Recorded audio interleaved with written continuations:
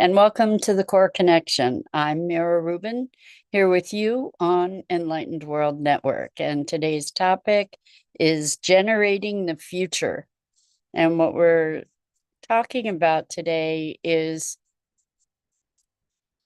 looking at how we can generate a future that isn't mired in the past, that isn't just a perpetuation of the past, and that isn't constrained by the limitations of the past. So should be a fun conversation.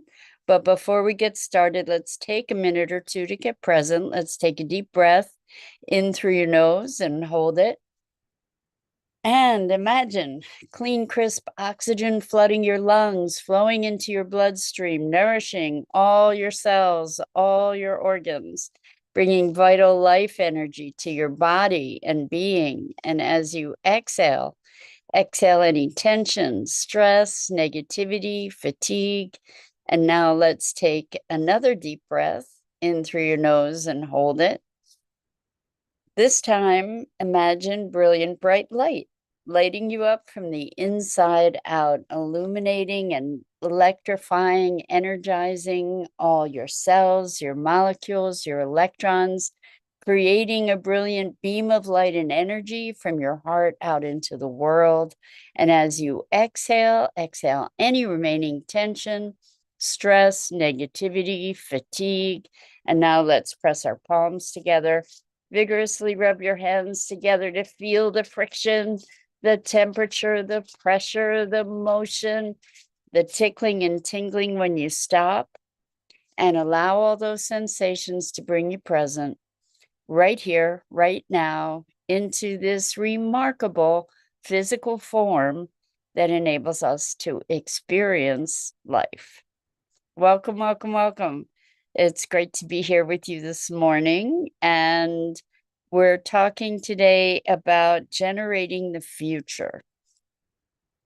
And the idea here is to look at what it would take to generate a future that is not just a revisiting of the past.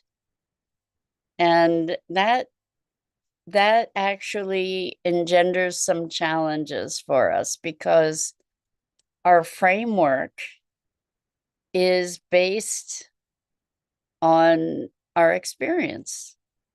And all of that is already past. So how do we generate something new, something that is not necessarily a linear continuation of the past? And I think that it's so important for us to be able to recognize what kinds of structures exist for us in order for us to start looking at something new. And what that requires is for us to be questioning and challenging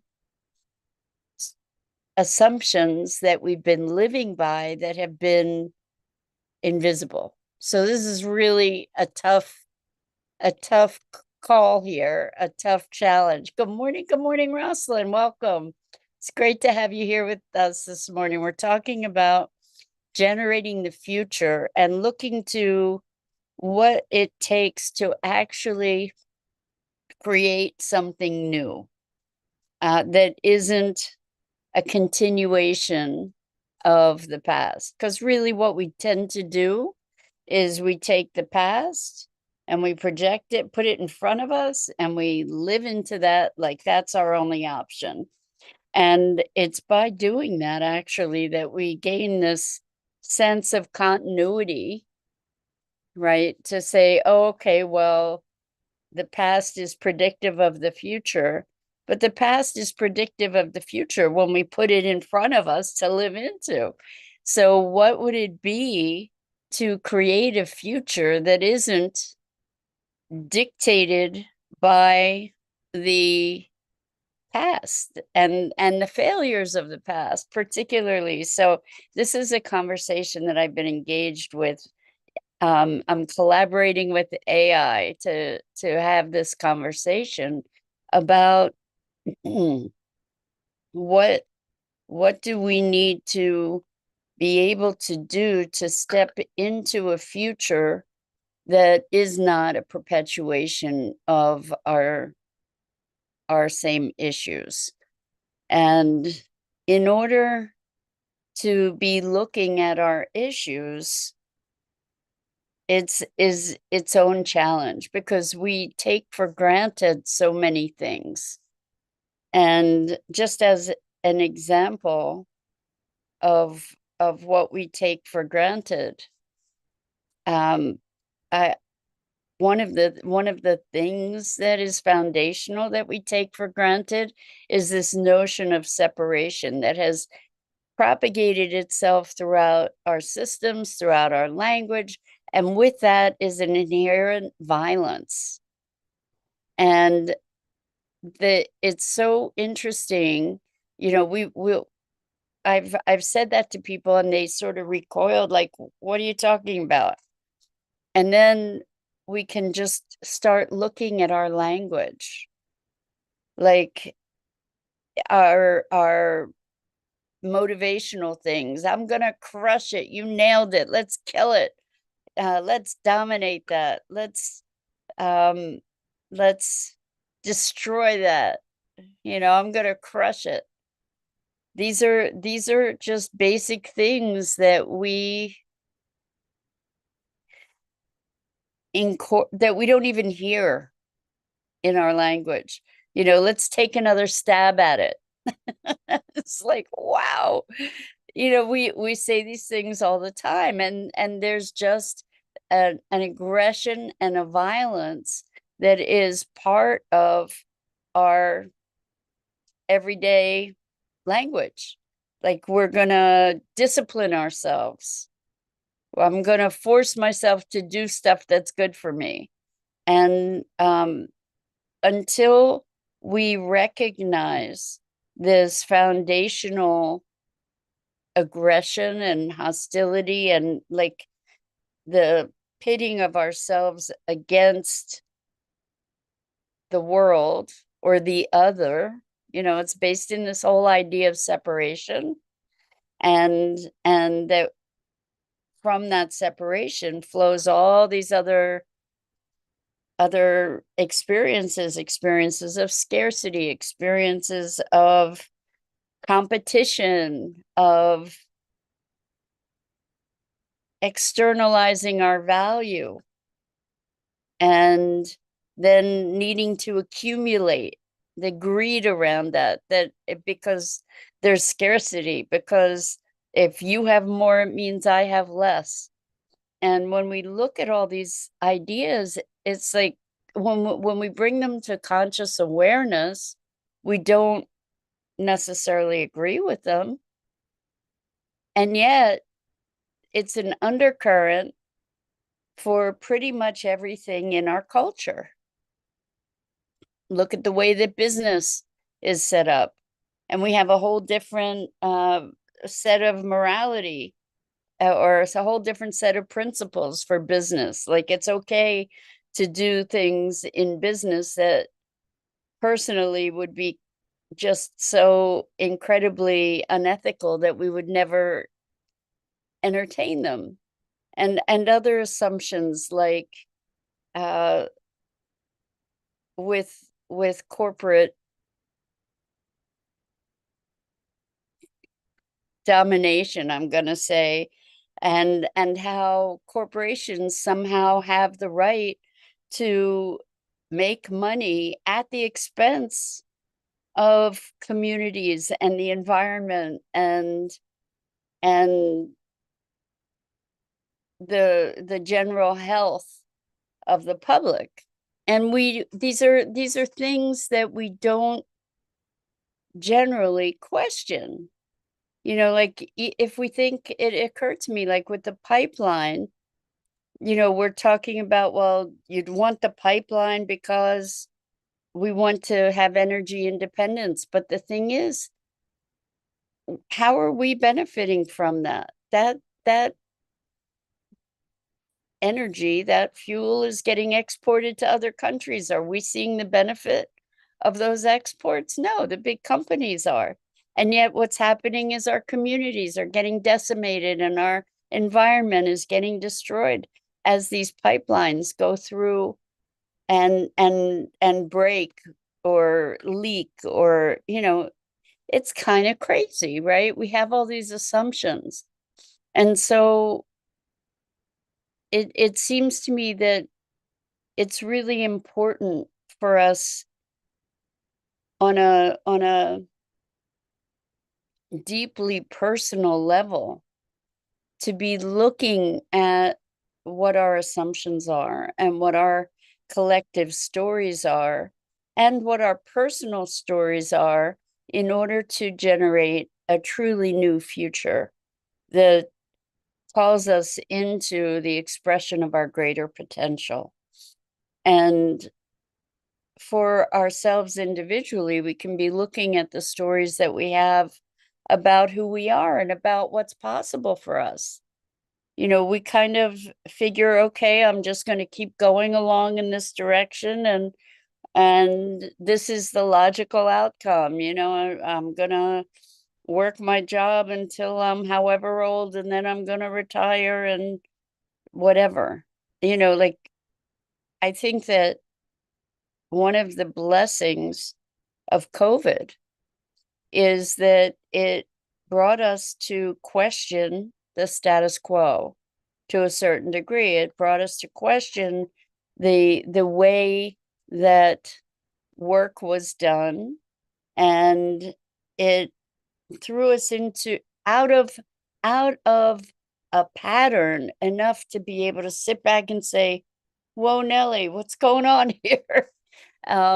Maybe there are other choices to make that I wasn't aware of.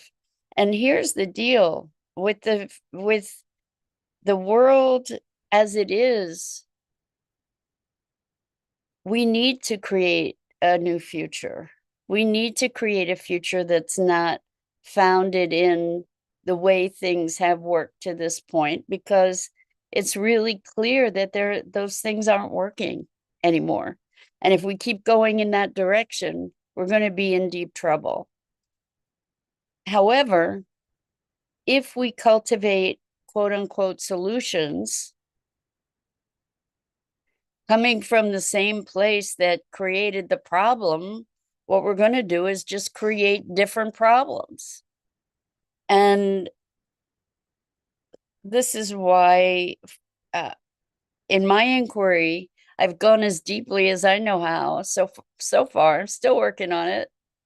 But it looks to me like the foundation that has to shift for all of us is oneness, to move into recognition that we really truly are all connected, and that it's not a story of scarcity and competition.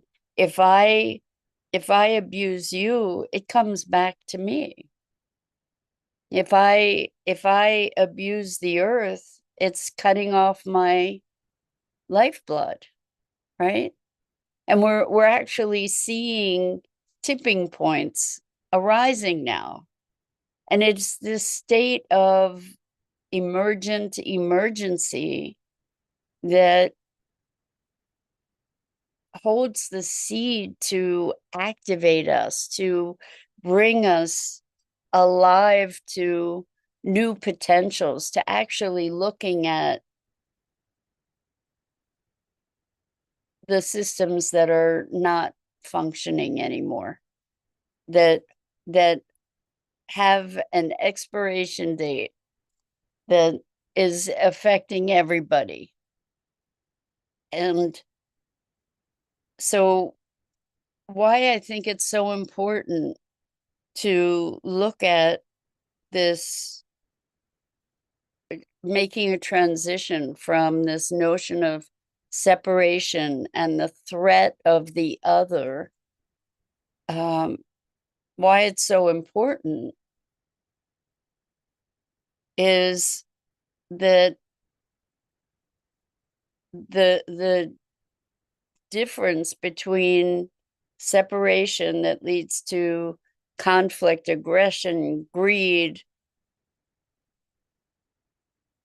violence, hierarchies, domination, control, to something, to a place of interconnectedness and collective awareness and collaboration and community, is that we will make different choices coming from those places of connection and compassion than we will if we're separate from everything else, and our own value even is externalized. And it's interesting because this whole notion of separation is something that we even take to ourselves, where we deny parts of ourselves that we disapprove of somehow, where we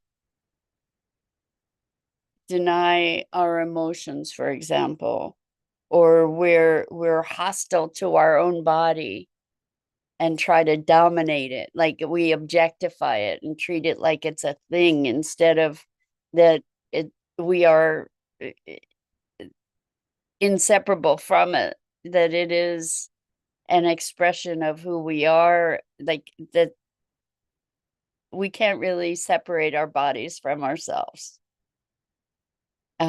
Makes it hard to talk about because we talk about it as something separate, but it isn't. It isn't. It's the way that we experience the world. And so we are fractured. We're fractured in so many ways.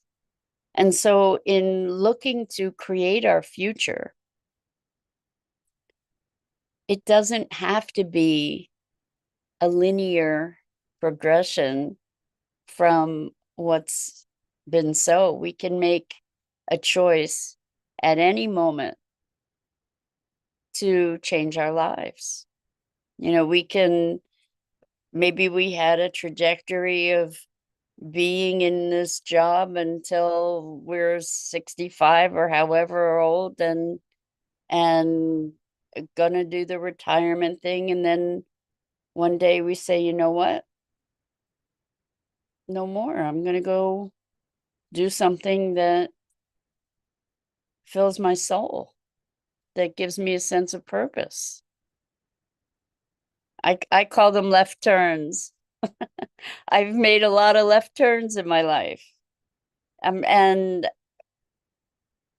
for me anyway, and I invite you to look at what's so for you, but those left turns were often driven by despair, actually, where I just couldn't take it anymore. And I think that that's kind of what happens in our culture too, that we get to a point where we just can't take it anymore. And that's when change happens. But I'm wondering what might happen if we could initiate change, not to get away from and to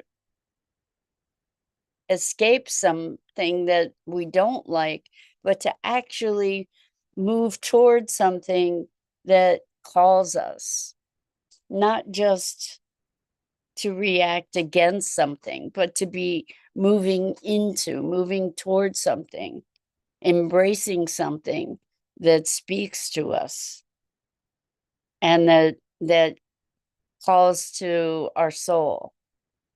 And it's a scary thing to do. I recognize that. It's a scary thing to start actually dreaming a new future into being. It's scary because it's unknown, and typically what is so is that if it's if it's really a new future, it defies the common conversation. It defies consensus reality in a way. And I'll speak of an example just so that maybe you can, maybe it will support you in thinking outside the box. I was looking at, well, what if I could make it up any way I wanted to? How would I like my career to be? And I looked at what my practice was with my clients, and I thought, after going a year straight, I got to the end of the year and I barely made it past the end of the year. I was exhausted. I was just beyond burnt. Again, here's the desperation, right? That instigates change. But I I said I got to take a month off. I just have to take a month off. And it took me almost the entire month to get back to where I could function well. I was so exhausted. And then I just decided, well, if I could make it up any way I wanted, I would like to have work 3 months, take a month, work 3 months, take a month. And when I thought about that, it was like, that's nuts. That's crazy. How am I going to do that? How's it going to work for my clients? I won't, and how am I going to make up for the income? And had all these questions, and I did it anyway. And I have to say, it's one of the best things I ever did. It's been great for my income. It's been great for my well-being. It's been great for my clients because they got some integration time. But it was a totally unheard of kind of idea. And it required me internally to go against my conditioning about what's possible. And to think outside the box. Like if you could make it up any way you want. But when we make those choices, when we entertain those possibilities, when we allow ourselves to actually step outside the box in our thinking, like to recognize, oh, that's the box. But what would I really like if I didn't have to be complying with the convention? What would I do? What would I enjoy? I have another client who is an attorney and who just really wants to be a speaker and to have a podcast, to be on stages, to maybe do some consulting, and taking ownership of that vision is transforming their experience and opening up possibilities to them that they previously weren't willing to entertain. Again, for them, it just got to be so painful. It just got to be so painful that they had to find, or that they were inspired to find another way. So I guess generating a new future, we get to look at what's not working. And it may be that there just has to be enough pain to say it's not working, because so many of us are just day after day, it's okay, it's manageable, I can deal with it. Is it my dream life? No, but it's okay. It's not so bad that I need to make a change, because change is scary. So what we need to do is to make friends with the unknown in order to create a truly generative future. a new future that has new foundations, foundations of wholeness, foundations of the alignment with ourselves and our values, and being willing to create something new into the unknown. It's scary. I get it. It's scary, but that scariness is also exhilarating. I mean, it's a fine line between anxiety and exhilaration or excitement. It's a fine line.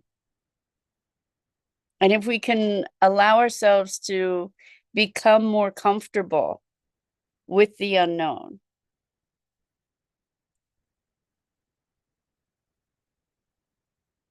and our ability to respond, to move out of being fixed into being able to flow,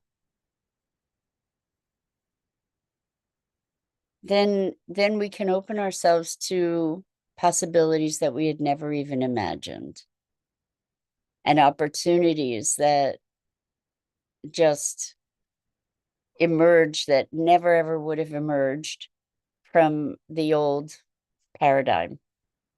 So that's the invitation as we're going into this new year, is to step outside the box. And sometimes that requires first that we see the box. So that's it for this morning. I'm Mira Rubin. This is the Core Connection, and I go live here each weekday morning at 9 a.m. Eastern on the Enlightened World Network Facebook page and YouTube channel. And I invite you to please like, follow, and share Enlightened World Network and me. The links are in the description. And as always, it's a privilege and a pleasure to have the opportunity for these morning musings together. So until next time, so much love to you.